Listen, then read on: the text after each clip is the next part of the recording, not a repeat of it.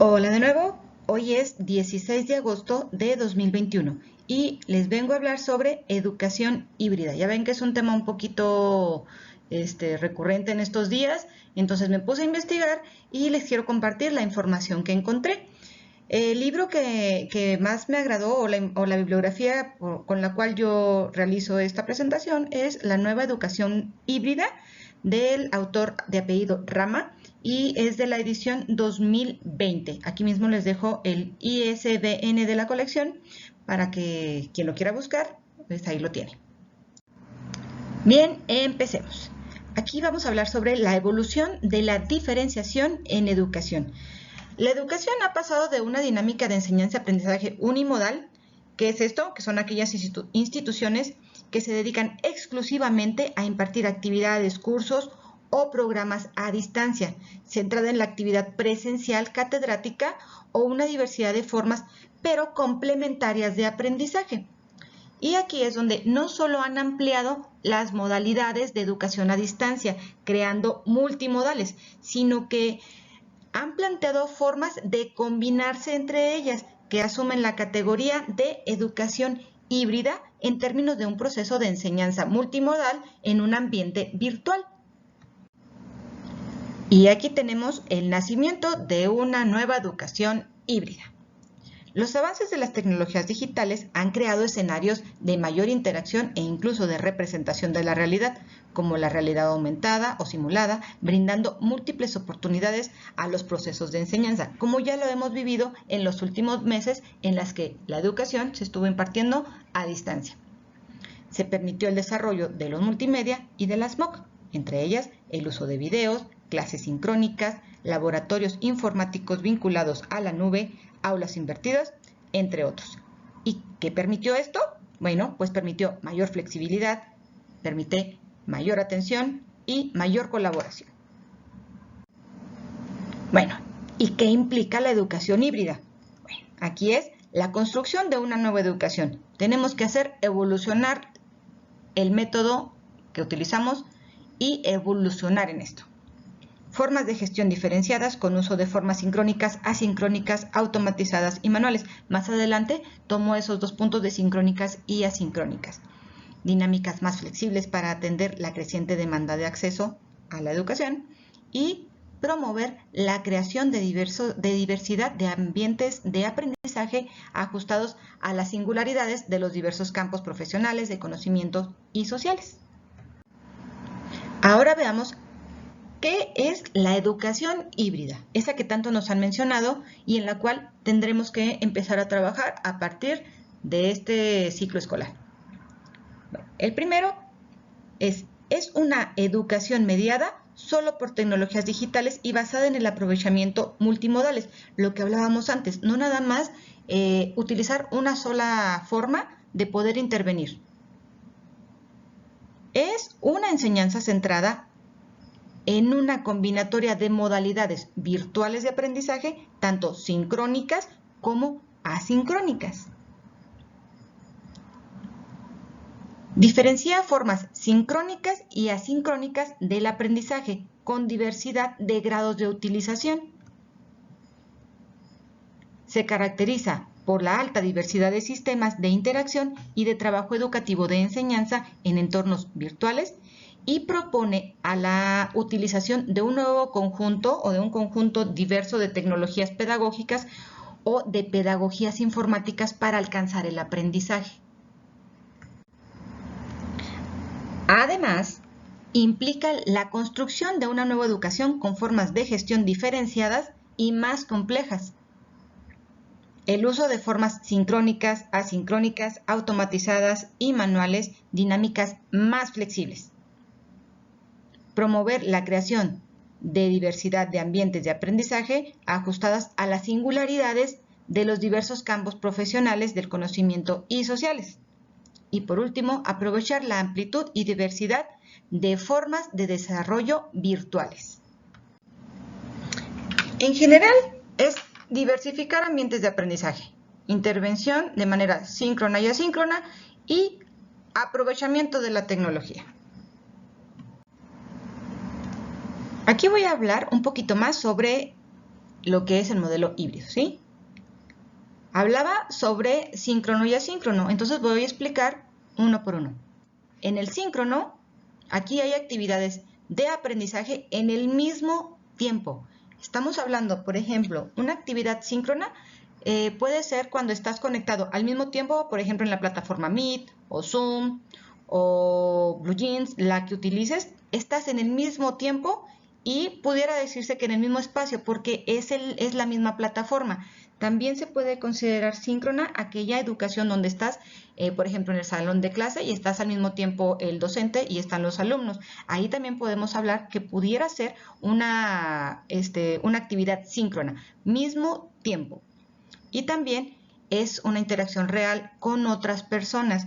¿Qué quiere decir? Por ejemplo, en un salón de clase todos están interaccionando entre sí, llámese si es nada más el docente y es el alumno, o puede estar el docente, puede haber otro docente, puede haber uno o más alumnos.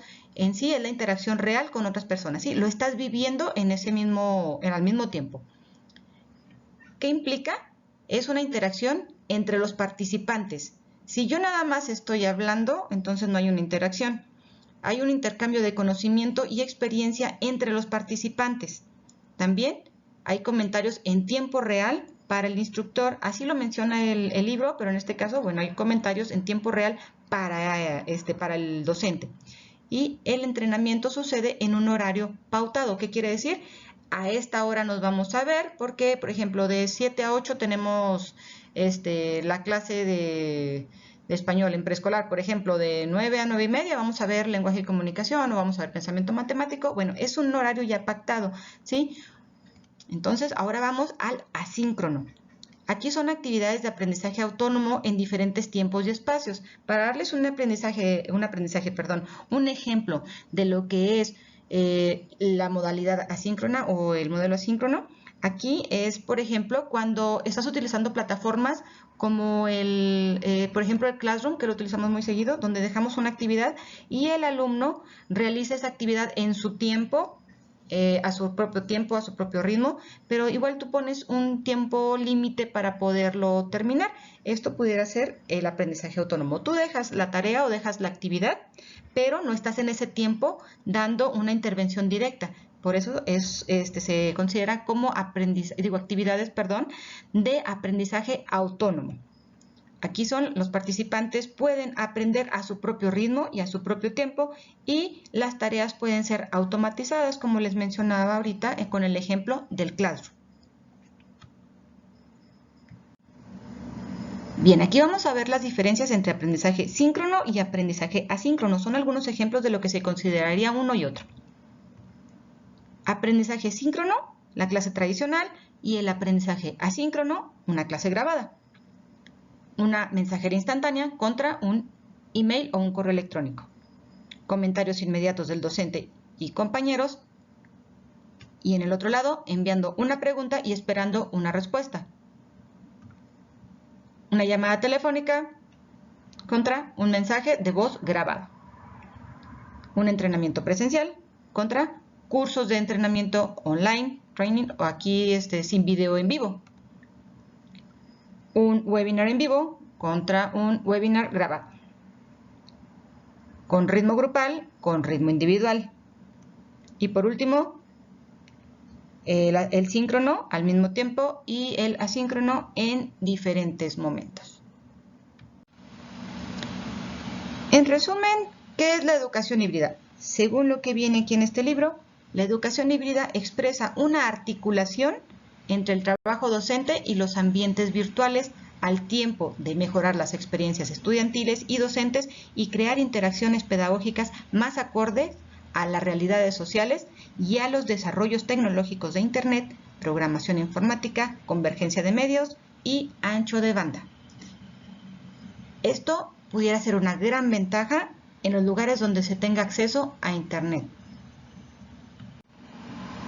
En el currículum híbrido implica la construcción de una dinámica curricular basada en la articulación de las modalidades que ahorita hablábamos.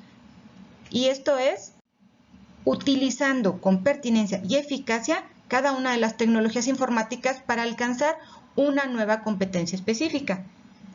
Debe haber un uso de componentes sincrónicos y uso de componentes asincrónicos. En el libro se contiene este esquema de planificación para la participación de las modalidades. Está dividido en tres, que es la modalidad, el tiempo y los objetivos. En la primera de modalidad nos habla sobre actividades presenciales con participación de los docentes prácticos, con el objetivo de tener una visión general del curso, objetivos, presentaciones personales, dar las dudas o expresar sus dudas y consultas. La siguiente serían las actividades sincrónicas de los docentes y los asistentes. Esto es en videoconferencias, transferir análisis o enfoques. También aquí mencionan las plataformas LMS, con el objetivo de realizar lecturas, trabajo en las plataformas o actividades colaborativas.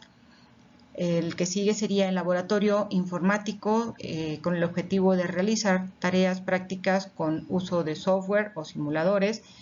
Le siguen las plataformas MOOC, con los cursos masivos abiertos y a distancia, con el objetivo de tener contenidos o reforzamiento de contenidos adicionales. Y por último están las actividades presenciales, pero sin la participación de los docentes, que tienen el objetivo, por ejemplo, de evaluar de forma individual o de trabajos colaborativos. Si se fijan, aquí están mezclados tanto lo sincrónico como lo asincrónico.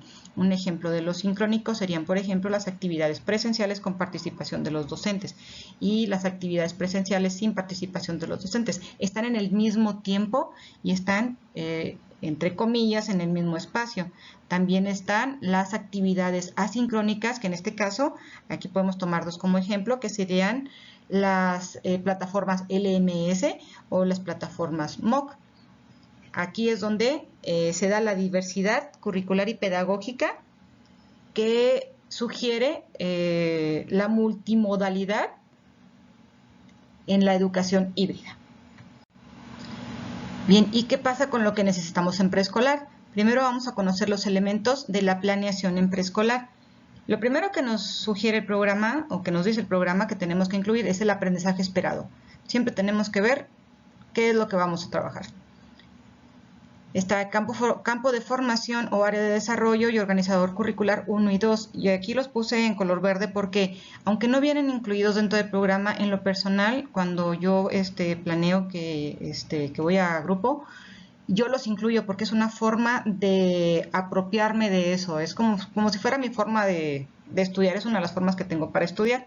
También están las actividades que constituyen la situación didáctica. Incluye el tiempo, los recursos materiales, consignas, preguntas, mi intervención y la evaluación. Recordemos que la planeación siempre va de mano con la evaluación. Si quieren ahondar un poquito más en este tema, pueden encontrarlo en la página 173 y 174 del programa de educación preescolar.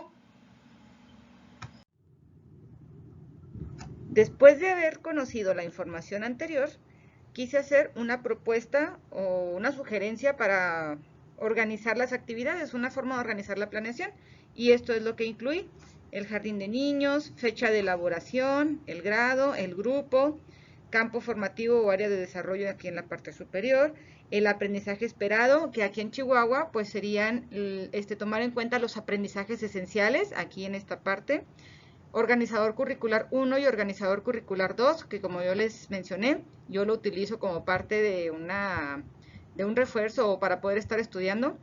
El tiempo de aplicación, los recursos y materiales, en este caso son los recursos materiales y virtuales. Aquí sería incluir también los enlaces que podemos estar utilizando, o si yo puedo estar subiendo contenido a mi canal de YouTube, bueno, aquí también puedo poner el enlace de lo que yo voy a utilizar.